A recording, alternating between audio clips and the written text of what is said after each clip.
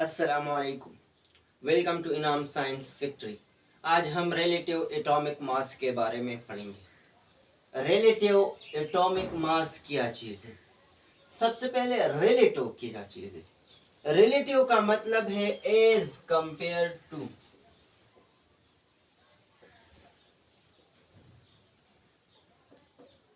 मतलब से मुवाजना करना, मुवाजना करना, रिलेट करना, कंपेयर करना। किस चीज को? एटॉमिक मास को कंपेयर करना। मैं आपको एक आसान से एग्जांपल के साथ इसको समझाता हूं। पहले आप समझे कि रिलेटिव मास क्या है। हमारे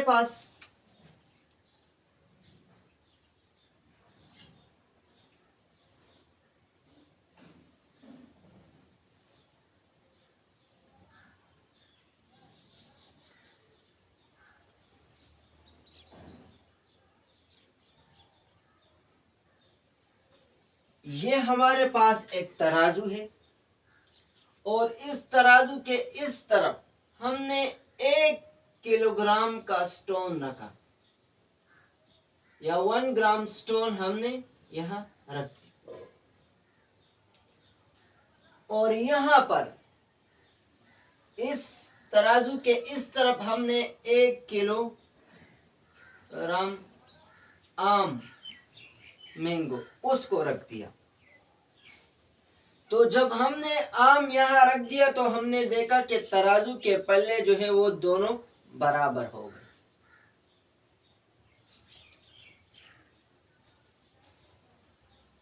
तो हम अगर इस आम के बजाय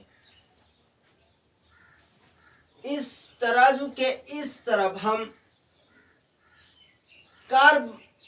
हम कोई एटम रख दे, एटॉमिक मास को रिलेटिव एटॉमिक मास को फाइंड करने के लिए हम यहां पर कोई एटम रख दे और यहां पर हम 1 किलो स्टोन रख दे, तो इससे हम उस एटम का रिलेटिव एटॉमिक मास फाइंड नहीं कर सकते, क्योंकि एटॉमिक मास जो एटम का एटॉमिक मास है या उस एटम का जो मास है वो इंतहाई कम है।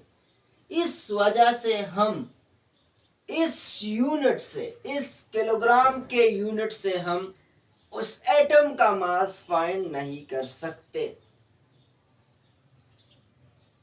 इस यूनिट को हम स्टैंडर्ड यूनिट कहते हैं।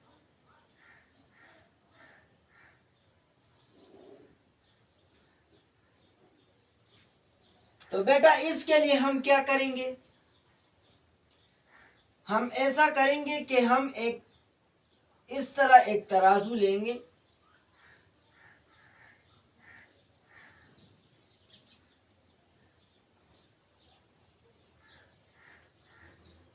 और तराजू के इस साइड पर हम कार्बन एटम को रखेंगे।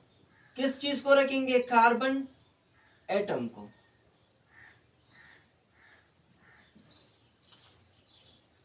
और तराजू के इस साइड भी हम कार्बन एटम को रखेंगे।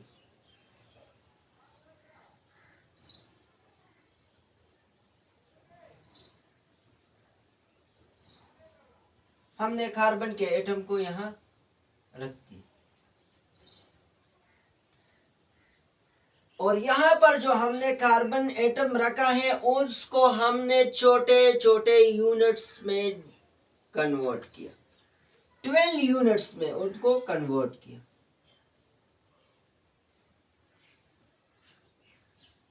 मतलब उसको हमने उसको डिवाइड किया 12 यूनिट्स में। इसी तरह फॉर एग्जांपल ये हमारे पास एक कार्बन 12 यूनिट है, तो हमने उसको इस तरह छोटे छोटे पार्टिकल में डिवाइड किया। इसी तरह तो जब हमने देखा तो दोनों के जो पल्ले थे वो बराबर हो गए, तराजू के दोनों तरफ। तो इससे हमें पता चला कि कार्बन का मास कितना है, वो 12 है। रिलेटिव का मतलब बेटा ये है कि यहां पर हमने इस आम को इस केजी के साथ रिलेट किया। यहां पर इस कार्बन एटम को इस कार्बन के 12 यूनिट के साथ हमने रिलेट किया, कंपेयर किया, इससे हमने इसका मुवाजिना किया। एक और एग्जांपल से मैं आपको समझाता हूं। यहां पर हमने कार्बन एटम को हटाया और हमने यहां पर ऑक्सीजन एटम को रख दिया। जैसे ही हमने यहां पर ऑक्सीजन एटम को रख दिया तो हमने देखा कि इस ऑक्सीजन का जो ऑक्सीजन जिस तरह हमने ऑक्सीजन रखा वो थोड़ा नीचे आ गया, थोड़ा इस तरह हुआ। तो इससे हमें पता चला कि ऑक्सीजन के जो मास है वो कार्बन से ज्यादा है। तो इसको बराबर करने के लिए हमने इस तरह किया कि ये तो कार्बन के 12 यूनिट्स है, हमने एक और कार्बन लिया और उस कार्बन एटम से हमने 4 यूनिट्स इस पल्ले में डाल दिए।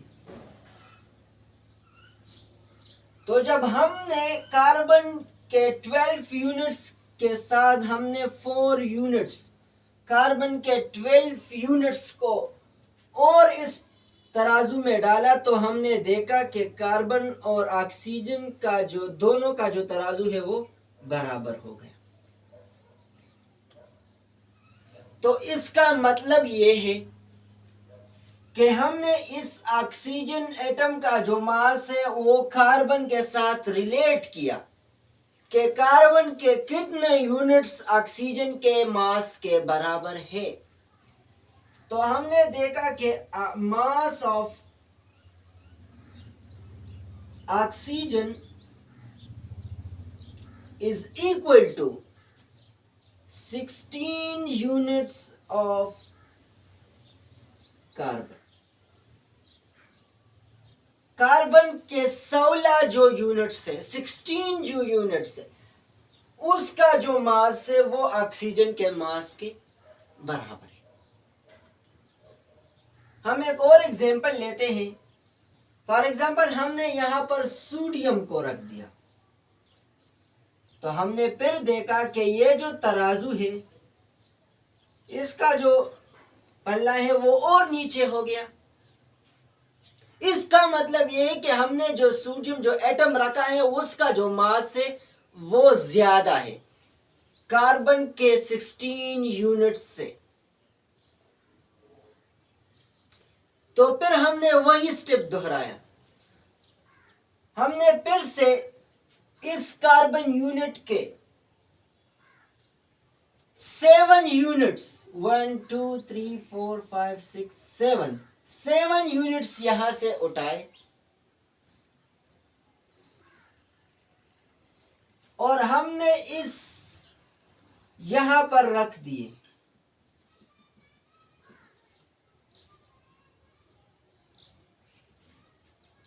तो हमने देखा जब हमने उस सॉरी यहां पर नहीं, यहां पर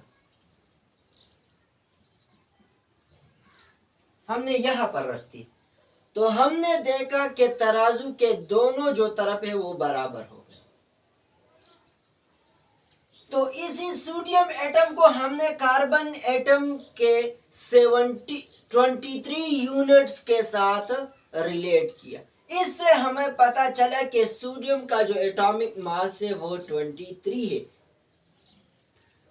मतलब मास ऑफ सोडियम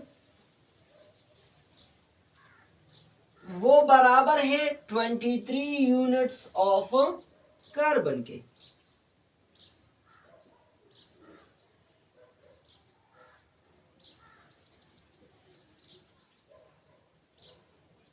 तो बेटा आपने देखा कि हमने हमने सोडियम को कार्बन के 23 यूनिट्स के साथ हमने उसको कंपेयर किया, जिस तरह हमने आम को कंपेयर किया था। ये बेटा हो गई रिलेटिव एटॉमिक मास। कंपेयर करना एटॉमिक मास को, किसके एटॉमिक मास को? कार्बन एटम के एटॉमिक मास को किसी दूसरे एटम के साथ कंपेयर करना, इसी को रिलेटिव एटॉमिक मास कहते हैं। बेटा हमारे पास एक यूनिट है एटॉमिक मास यूनिट। यहां जो हमने यूनिट लिया था किलोग्राम का, उसको हमने स्टैंडर्ड यूनिट का। हमारे पास एक यूनिट है atomic mass unit. Atomic mass unit जब हम इसको हमने पहले हम इसको AMU इस तरह कहते, अब हम अगर U भी लिख ले तो U से भी इसको रिप्रेजेंट किया जा सकता। एटॉमिक मास यूनिट बेटा क्या चीज है? फॉर एग्जाम्पल मेरे पास यहां पर कार्बन के 12 यूनिट्स है।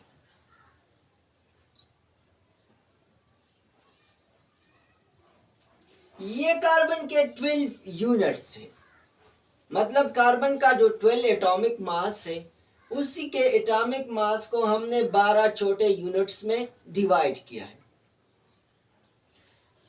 तो अगर मैं उस यूनिट से, उस 12 यूनिट से एक यूनिट्स को उठाऊं, तो जो एक यूनिट है it is the atomic mass unit. वो जो एक हिस्सा है it is the atomic mass unit. For example atomic mass unit is equal to 1/12 of the carbon. Atomic mass unit क्या है?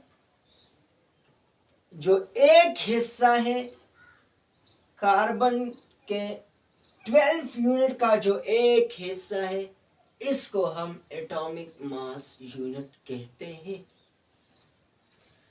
इसके बाद हमारे पास एक और है जिसको हम एवरेज एटॉमिक मास यूनिट कहते हैं।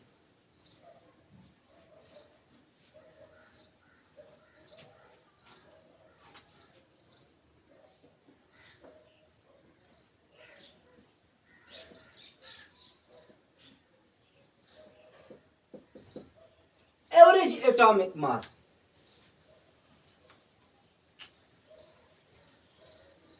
सबसे पहले तो आपको ये बात जहन में रखनी चाहिए कि एवरेज एटॉमिक मास हम सिर्फ उस एलिमेंट, हम सिर्फ आइसोटोप्स के फाइंड कर सकते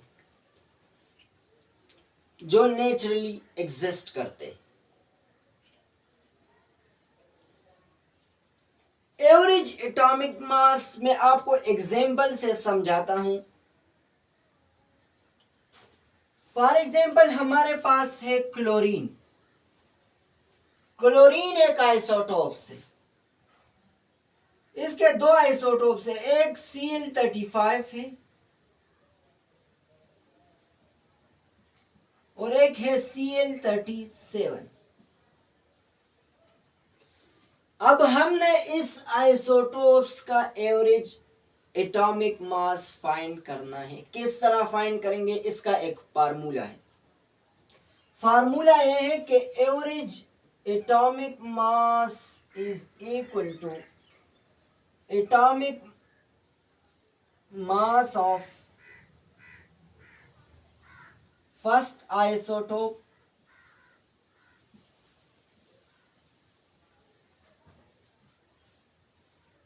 is equal multiply by its percentage divide by 100, और इसी तरह प्लस एटॉमिक मास ऑफ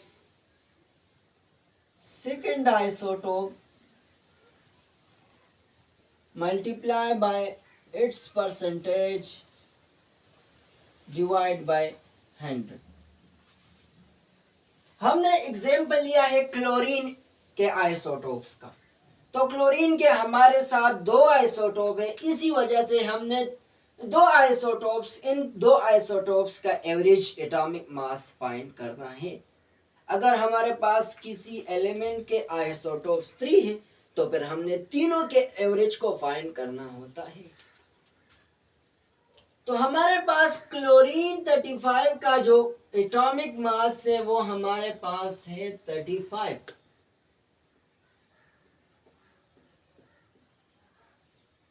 उसकी जो परसेंटेज है वो हमारे पास है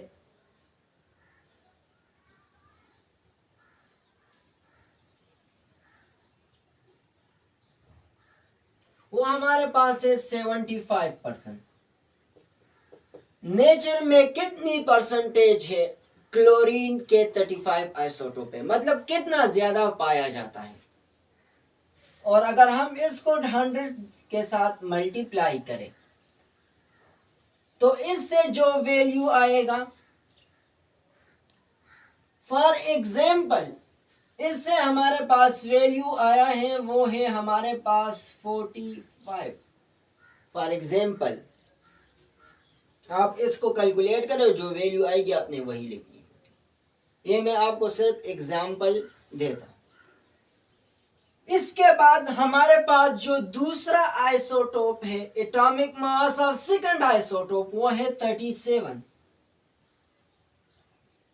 फिर उसकी जो परसेंटेज है वो है 25%। मतलब कितनी परसेंटेज, कितने तादाद में वो मौजूद है। और हम अगर उसको 100 से मल्टीप्लाई करें तो फॉर एग्जाम्पल अगर हमारे पास उसकी वैल्यू आ गई 25, तो उसके बाद हमने इन दोनों इससे जो वैल्यू आई है और इससे जो वैल्यू आई है, इन दोनों को हमने ऐड करना है। हम जब इसको ऐड करेंगे तो इससे हमारे पास 5 इंटू 5 10, 0 इंटू 1 कैरी, 2 इंटू 4 8, 6 और 1 7। हमारे पास इससे वैल्यू 70 आई। तो ये 70 it is the average atomic mass of chlorine. इसी तरह बेटा नियान का है, कार्बन का है, और भी मुख्तलिफ किस्म के आइसोटोप से कि आप उसके एवरेज एटॉमिक मास को फाइंड करेंगे। तो ये जो हमारे पास आ गया 70, it is the average atomic mass of chlorine. इसी तरह अगर हम नियान का ले लें, उसका भी इस तरह हमने पहले आइसोटोप्स, एटॉमिक मास आइसोटोप्स का किया है, फिर उसकी परसेंटेज कितनी है उसको हम 100 से डिवाइड करेंगे। इसी तरह सेकंड जो आइसोटोप्स होगा उसका एटॉमिक मास, फिर उसकी परसेंटेज से मल्टीप्लाई करेंगे, 100 पे डिवाइड करेंगे। इसी तरह नियान के 3 आइसोटोप्स है तो फिर 30 आइसोटोप का जो एटॉमिक मास है उसकी परसेंटेज के साथ मल्टीप्लाई करेंगे, 100 पे डिवाइड करेंगे। तो फिर उससे जो हमारे पास वैल्यू आएगी, तीनों को हम इकट्ठा करेंगे, हमारे पास जो वैल्यू आएगी it is the average atomic mass of neon. तो बेटा ये तो हमारे पास रिलेटिव एटॉमिक मास यूनिट और एवरेज एटॉमिक मास आज हमने पढ़ा है। अगर आपका कोई क्वेश्चन हो तो आप हमें कमेंट सेक्शन में बताएं, हम इंशाल्लाह ज़रूर आपको जवाब देंगे। थैंक्स, वस्सलाम, अल्लाह हाफिज़।